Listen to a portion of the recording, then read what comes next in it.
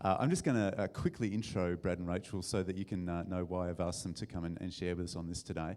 Brad and Rachel will come down on the first and third Tuesdays of each month, and we've just started that in recent months, to be available to our local community, to minister God's truth in ways that connect with where people are at, whether they are followers of Jesus or not. And Brad is into life coaching and ministry supervision. Rachel is working in the area of Christian counselling and is already qualified to do so, but is adding to those qualifications as we speak. So there's study and practice going along side by side. And they're people with a lot of pastoral ministry experience. So I'm really looking forward to today. But first, I have one question only for you. And one question only. That would be unusual for you. That would be very unusual. I tend to make statements more than ask questions. Anyway, okay. But for everybody else, I want you to know in advance, as we get to the end of our learning time together from God's Word, we'll actually have some Q&A.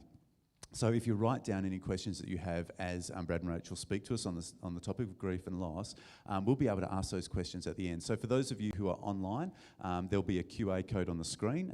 So if you're here, we can always bring a mic around to you. But if you just want to send it in on a text message, you can use the code that'll be on the screen at the end as well. So hopefully everyone will be able to participate in that way. But here's the one question. One question. Here we go.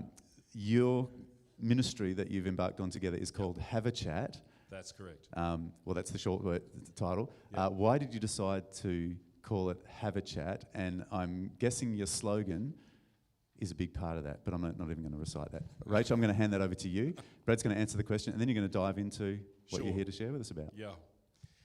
So that actually is a good question, Mike. How did we start it? Well, if I'm going to be brutally honest, which normally I am, it started because we had an argument. When we were trying to decide what we should call this ministry that we're embarking on, we couldn't come up with a name. How long did we argue for? A couple of years. Couple of years. A serious argument. No. So we're back and forth, and eventually the pressure. You know how it is for those of you that have been married. The tension comes, and eventually we were driving out to Northam to see some clients and to visit some people, and. Rachel says, so what are we going to call this thing? And I'm like, I don't know. How many times do we... So, like the card, there's just you and your wife and that's it. So eventually she says, well, we have to come up with a name. And I'm like, look, here's the bottom line. People just ring me up all the time and they say, Brad, how you going? I'm saying, good, how are you? They say, well, I'm actually not too bad, but have you got 5 minutes to have a chat? So people ring me up all the time and all they want to do is just have a chat. You know what she said? That's what we'll call it. Have-A-Chat. That simple. It was that simple. So that's how we got there. Did that answer your question, Mike? Fantastic. All right. Okay. Oh, yes, and also our tagline, sorry, that's on my shirt here, on my work shirt. Our tagline is, we hear you because we listen. And when people actually do chat to us, there's a lot of listening involved when it comes to that. And what we actually try to do is we endeavour to identify what the actual problem is, or what the issue is, or why people are coming to have a chat. We look to resolve that problem or that issue, if at all possible, and then we want to help them achieve to go on and grow in the rest of their lives. So that's what we're here to talk about today. We're here to talk about one particular issue that many of us face, and as Mike so wonderfully said, many of us experience grief and loss. So that's what we want to talk about today. Can I get you to shift over here? Thank you. Side. Sorry, I'm used to preaching. Like one thing Mike didn't tell you is that I've 25 years history as a pastor. I lived in Muckenbuden for 11 years. I was a pastor of the church there, then Mundaring Church of Christ, and all that sort of stuff. So when I preach, I have a tendency to kind of wander around a bit. So I kind of feel a bit not enough room there. So I'm on this side. Anyway, here we go. Grief and loss. Now, I want to tell you that, as Mike said, that all of us experience grief and loss. It is a very important part of our journey. We've got on the screen here, great sadness. Now, many of us know and understand that when we go through grief, it is a sad time in our life. But how do we recognise that? And how do we process that? And how do we deal with that? So you've come today because I'm expecting that you're here because you knew we were speaking about grief and loss today. However, If this is something that you're struggling with at the moment and this is a sensitive topic and you need some time and space, please feel free to simply get up and go out to the foyer and get some time and space and get some air. If anything that we say today triggers you or anything that we say is going to cause you some difficulty, then we will attend to that after the service. But we just need to get through some of this stuff today. So please feel very free to do that. We understand when it comes to this particular subject of grief and loss. Grief and loss actually happen to us all. It's a difficult but a very normal part of life. It could be anything from losing the pet budgie all the way through to losing a partner, a lifelong partner. The grief, the loss is still the same. There is great sadness, there is great sorrow when we go through those things. But we want to say at the very beginning, this is normal. It's a normal, natural part of life. In fact, those professionals who are in the mental health field for a number of years had grief and loss as a morbidity that needed to be dealt with and a morbidity that needed to be diagnosed. And for anybody here who's in the health profession, they would understand what that actually means. Basically, you've got a problem, we'll give you some drugs. That's one way that it was dealt with, okay? But what they recognise these days is that every single one of us will have multiple times when we experience grief and loss in our lives. It is such a normal part of life. It is not a morbidity to be diagnosed. It's just part of the experience of life. So the question is, how do we cope with it? Well, that's a really good question to ask because historically and currently, many cultures throughout our planet actually grieve with much sorrow and outward physical expression. Now, we have access to the internet these days, and you may have seen pictures of people grieving and that sort of thing. And I had the privilege in the 90s of lecturing in a Bible college, and we had students from lots of different places around the globe. We had Korean students, we had people from Singapore, we had people from lots of different places. And all of them brought with them the different ways in which they grieved a loss in their life. And it was incredibly interesting to me and to us to recognise how they actually went about and did that. One of the other privileges we've had is Rachel grew up as an MK overseas. And one of the things that she experienced and witnessed firsthand was how people in Papua New Guinea actually grieved and dealt with loss. So Rachel, you grew up in Papua New Guinea and your parents were missionaries in a tribe called the Owaninga, is that correct? Yep. You don't want to, that's it. I'm the preacher, she's not. So tell me, did you ever experience a death in the tribe? Yes, quite a few different deaths. Okay. So I'm just wondering, could you explain to me how they actually, what did they do? How did they deal with the body once a person died? In our particular tribe, they did bury the bodies. So, yeah, normal burial. Normal. And how long did that actually, how long after a person died were they buried? Because of the weather, it was usually buried within 24 hours.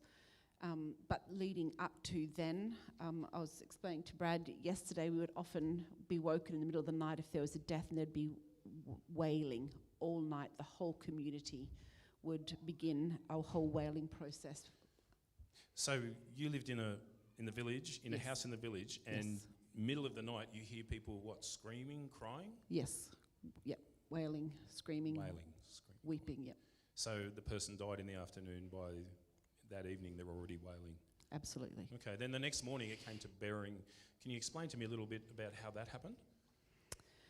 The community would all work together to dig a hole.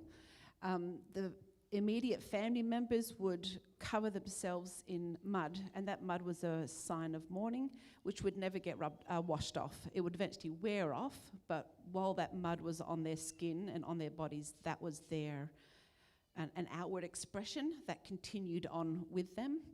And then the family would, go down to the graveside. The whole community would be together, and the body would be placed in the grave. In the tomb, in the grave. And is there anything really, is there a couple of things that stick in your mind about the way in which some people of that particular family group or village group actually demonstrated their grief? I can remember as a child looking after a toddler of one of the mums that had passed away and holding her while she cried, and everyone was around her crying, and watching her dad actually jump into the grave with his wife, and the expression of the grief was just so extreme and so raw. And then watching the community men trying to extract him and comfort him. We had other different tribal groups would have an expression of grief if it was a child or a spouse by actually dismembering a piece of a digit, and it was a lifetime then of memorial of losing somebody that they had lost. So if you ever saw an elderly person with lots missing, you knew that they had experienced a lot of grief. And that was just expected because they didn't have tombstones, they don't have scrapbooking, they don't have any other way to create a memory. So they would do it by dismembering a part of their body. So if I'm hearing you correctly, the way in which they grieved or expressed their sorrow was very demonstrative. Extremely demonstrative, yep. Okay. Yep. Thanks for sharing that. That's quite helpful. I think one of the things for us to realise is that this is actually a good and a healthy thing. To actually express and demonstrate the sorrow that we feel. Different cultures do it in different ways, as we've just heard. There may be someone here today who comes from a different culture or a different background. Maybe you have a specific way in which you demonstrate that grief and that loss. The thing to remember is different is not wrong. What's important is that we do actually deal with it and process the grief that we have. Remember, it's a normal part of life. Do you know, down through the centuries, and many of us are here today in a church because we hold to the truths that we find in the Word of God. And down through the centuries, down through the millennia, we find God actually recording for us how people down through the ages have actually dealt with their grief. In Deuteronomy, chapter 34 and verse 8, this is the time when Moses, a great leader, who we all know the story of Moses, led the people all the way through the Promised Land. Where's your glasses? Glasses would be good. Thank you.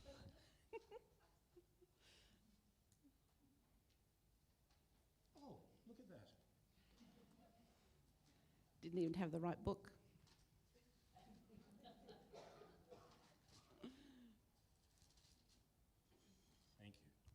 Thank you. So the death of Moses, this was the children of Israel, when Moses, who had led them out of slavery, out of Egypt, and led them all the way through the wilderness to the Promised Land, just before they went into the Promised Land, he passed away. He died. Understandably, the whole congregation grieved. But listen to this.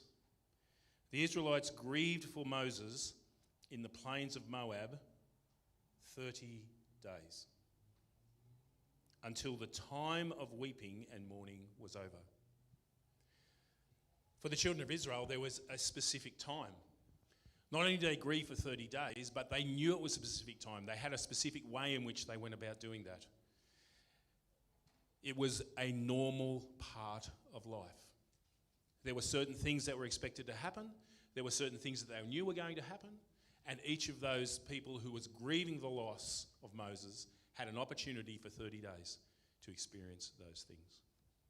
Again, over in Esther chapter 4, Mordecai, when he heard, you know the story of Esther, Mordecai, when he heard the story of what was going to happen, where the Jews were going to be, basically it was genocide. When Mordecai learned that all had been done, he tore his clothes, put on sackcloth and ashes, and went out into the city, wailing loudly and bitterly. But he went only as far as the king's gate, because no one clothed in sackcloth and ashes was allowed to enter. In every province to which the edict and the order of the king came, there was great mourning among the Jews, with fasting, weeping, and wailing. Many lay in sackcloth and ashes. You see the same process there? They went through a time when there were certain things that had to happen, the way in which they expressed their grief. They processed the great sorrow that they were feeling. And then, of course, we go over to the New Testament and Jesus himself. John 11:35. Many of us will know it as the shortest verse in the Bible. What is it? Jesus wept. Jesus wept. Why did he weep? Because Lazarus had died.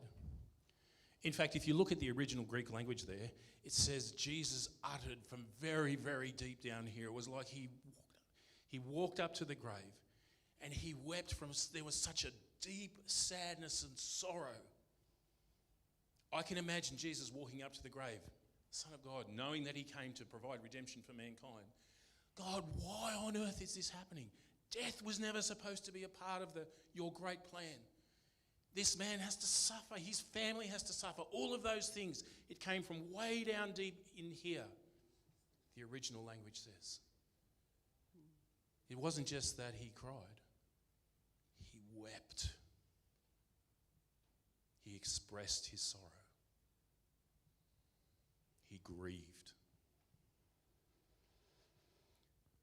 So why am I labouring the point here?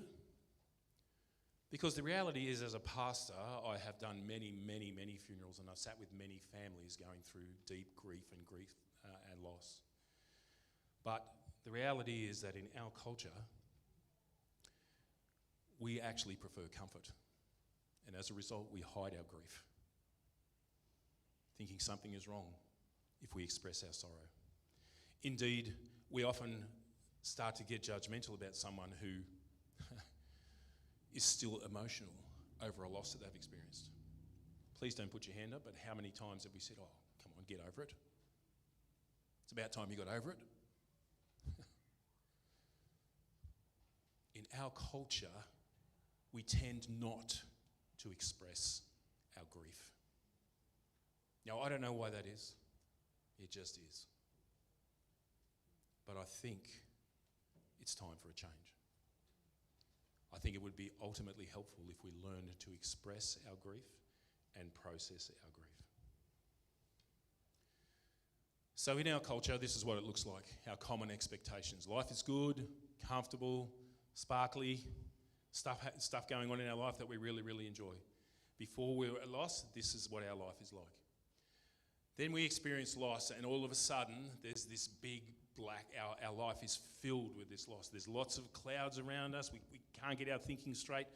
Many of us will have lots of experiences of loss where we know and understand exactly what is going on there. For many of us, there's no right order to deal with these emotions. There's no correct length of time to grieve. Grief is what it is. Neither is the fact that, or basically you're an individual.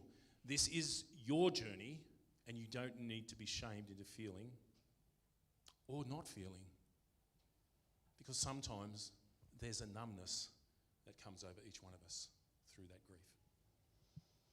We also need to understand that these strong emotions, as I've said, are very normal, but there is work to do when it comes to grief. And that work is very, very important. So this is where Rachel's expertise comes in, and I'm just going to hand over to Rachel now, and she's going to just share with you some of that work that needs to happen. In your pamphlets, you'll have what they call a grief wheel, which is very similar to grief cycles. I'm just going to go through. This diagram has a few more extra emotions and words connected to the main titles. Shock and denial are two huge realities when a death is either sudden or even expected. The shock is still there. These are a gift. That shock gives a numbness that enables you to be able to get through the process of dealing with the reality of preparing a funeral and telling people. But often that will then, you sort of get over all that, and then the anger and the blaming yourself or blaming God. Why me? This isn't fair. All those sorts of emotions start to become a real reality.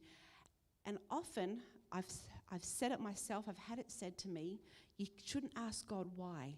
I'm not sure why we say that, because God knows we're human and he knows the sort of connections that we need to have. And if you read some of the Psalms, David questioned God. And I think we've done ourselves a great disservice by putting ourselves on guilt trips because we have that question, why? We're human, we're normal, we're created for relationship, and we're created for connection. Allow yourself the gift to be able to ask those questions. You may not get the answer you want, you may not get any answer, but it's not wrong to ask. It's not wrong to feel the strength of those emotions. The bargaining, if only I would have done this better, or if only then I wouldn't be so sad. We put ourselves on guilt trips. We just go through so much confusion and frustration within ourselves. All of those emotions are exhausting, and we can often find ourselves going into a deep tiredness which feels like depression. And this is one real big reason why it was used to be put into the diagnostic manual for mental health, is because people get depressed because they had had a grief. And what the psychologists and everything realize that we don't deal with grief properly, and so the depression comes to stay, and we don't realize that it's okay to feel this way. When we realize that there's a healthier way to deal and express our grief, the depression is there, but it's not necessarily that chemical imbalance that may need drugs for depression, or medication, probably a nicer word. However, that depression is normal, and not everybody has it, but if you do have it, it's okay, because you're exhausted. You've got a loss. You've experienced so many emotions, and you're still trying to do life. So if you're feeling depressed, this is a really weird way to say it, but embrace it. There's been times when I've gotten up, had breakfast, and went, it's just too hard today. Do I have the opportunity to go back to bed? Absolutely. It might only be for 15 minutes, but that's what I need, because I'm too tired to deal with reality at the moment. Sometimes you don't have that option, and so giving yourself little options of looking after yourself and giving into those that hurt is very healthy and very necessary. And that's one of the things that when people come to counselling, we often unpack ways to be able to do that in a healthy way, so that you're not ignoring the pain, but actually integrating it in a healthy way. It certainly also helps if your husband shows up with a cup of coffee while you're in bed, I can tell you that. Yes, I'll agree. Eventually, accepting the reality of a new normal needs to happen, and readjustments to that, what that looks like, happen. And then leading into, confidence in a lifestyle of what it means to have that loss. So one of the big aha moments, or maybe I should just say, a lot of my clients, I talk this through and they go, but it just feels so horrible. And I go, well, does it look like this? Back. The stages of grief are nice and tidy. Your grief wheel is nice and tidy. But the reality is on the right. It is all over the place. The slightest, you might be feeling really good, and all of a sudden, the slightest memory, a smell, a song, something will trigger you back to the anger or the shock or the grief or the bargaining or the fear and that, I'm sorry to say, is really normal. But when you can understand that that's normal, it helps you to not feel bad for having those emotions. You can say, this is what it is, own your emotion, and go, God, I can't do it today. I've just been triggered. That emotion, label the emotion. This is real. what am I going to do with it? I can choose what to do with that emotion, but don't pretend that it's not there, and don't feel bad because you've had another strong emotion. And the emotions get less and less through the years, but it's still there. So while you're going through all of this, someone showed me this, the tasks of grief. This was just a beautiful, simplified reminder of what it means to actually do to help process accepting the reality of loss. It just is. Experiencing the pain of loss.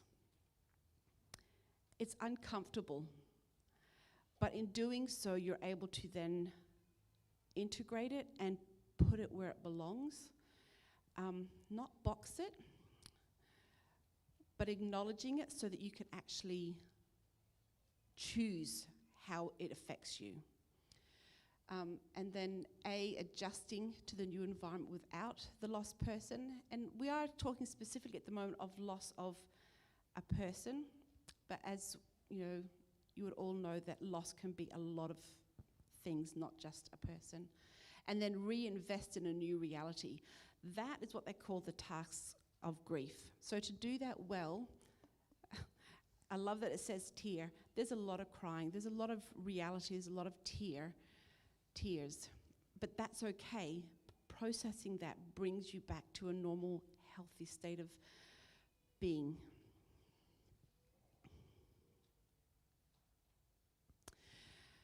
The common expectation as we start to heal from a loss is that life gets back to normal and the pain is minimalized.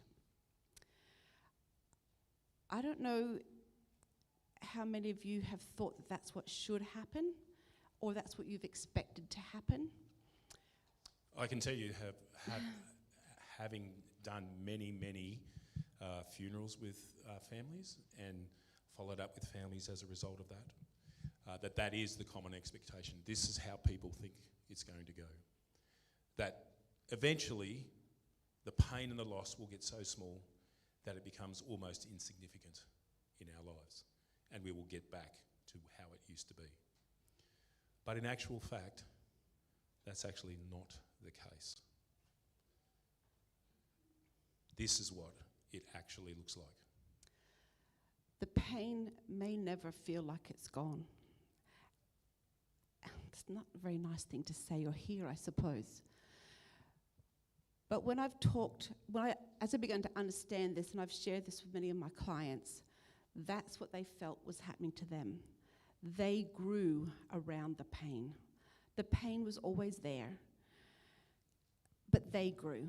There was so much more capacity within them as they began to process their grief and their emotions in an acceptable way. And that can be a beautiful thing. It's significant in the sense that, when we work with families, if someone, the pain and the difficulty and the loss of losing a partner, just use ourselves as an example, we've been married nearly 33 years. If I was to lose Rachel right now, that's over nearly 2/3 of my life that I've spent with Rachel. Nearly 2/3 of my life that I've spent with her. That will never ever diminish, even if I live to be 85. It is a significant portion of my life. It will never diminish. There'll be things that trigger me if I was to lose this lovely lady for the rest of my life, because we've built such a life together. The size of the pain stays the same. But as we learn to process the grief, to express it, to deal with the sorrow, our life becomes greater. Yep. So as you start to integrate that pain into your reality, it's not over with. As we saw that really messy diagram, it's normal to oscillate between the two. It's normal to continue to have to go back and do a little bit of grief work while you're still learning new things, while you're making new relationships, while you're dealing with positive things, while you're celebrating life, there's still grief work to be done. There's still denial that you've got to process at times. There's still relinquishing bonds and ties. There's still all those things that have to be done back and forth. It's nice to think that you can get it over and done with, that you can process it and get back to a new normal. But when you do that, you stop allowing yourself the process to accept it and heal from that and grow through it. And that is our hope and prayer, is that as people allow themselves to process it for real, for what it is, that you can then become richer for it. I guess I changed it just a little bit, because in reality that pain may fade a little bit, but it's still going to be there. And it's sort of, I wish I could just, offer a sparkly hope to everybody that it'll never hurt again. But there's a beauty in going through the rawness of life and coming out step by step through the other side, healthier and whole in a different way. Whole with a W-H-O-L-E, in a different way, even though you've still got a hole, an H-O-L-E, inside you. And that ability to be able to journey with that, either on your own or with a counselor or with a friend, and then to be able to take your experience in your health to be able to support other people in their journeys is a real beautiful gift. And obviously, as believers, we have our Heavenly Father who has been through that just like what we have. And through that is so much love and hope and joy that can still come as we allow the rawness of life to impact us, and then to grow and heal through that as we get through as we are actually still in the process. So, we hope that's been helpful for you today. Please hear us well when we say that grief and loss are a normal part of everyday life experience. We lose stuff all the time. There's grief that needs to be processed on a regular basis. Over the years, we have found that it can be helpful. What we've found personally, but also as we've dealt with various people that have come for assistance, it can be helpful to deal with to talk with someone who is outside the sphere of your family, who is outside the sphere of people that you would normally contact.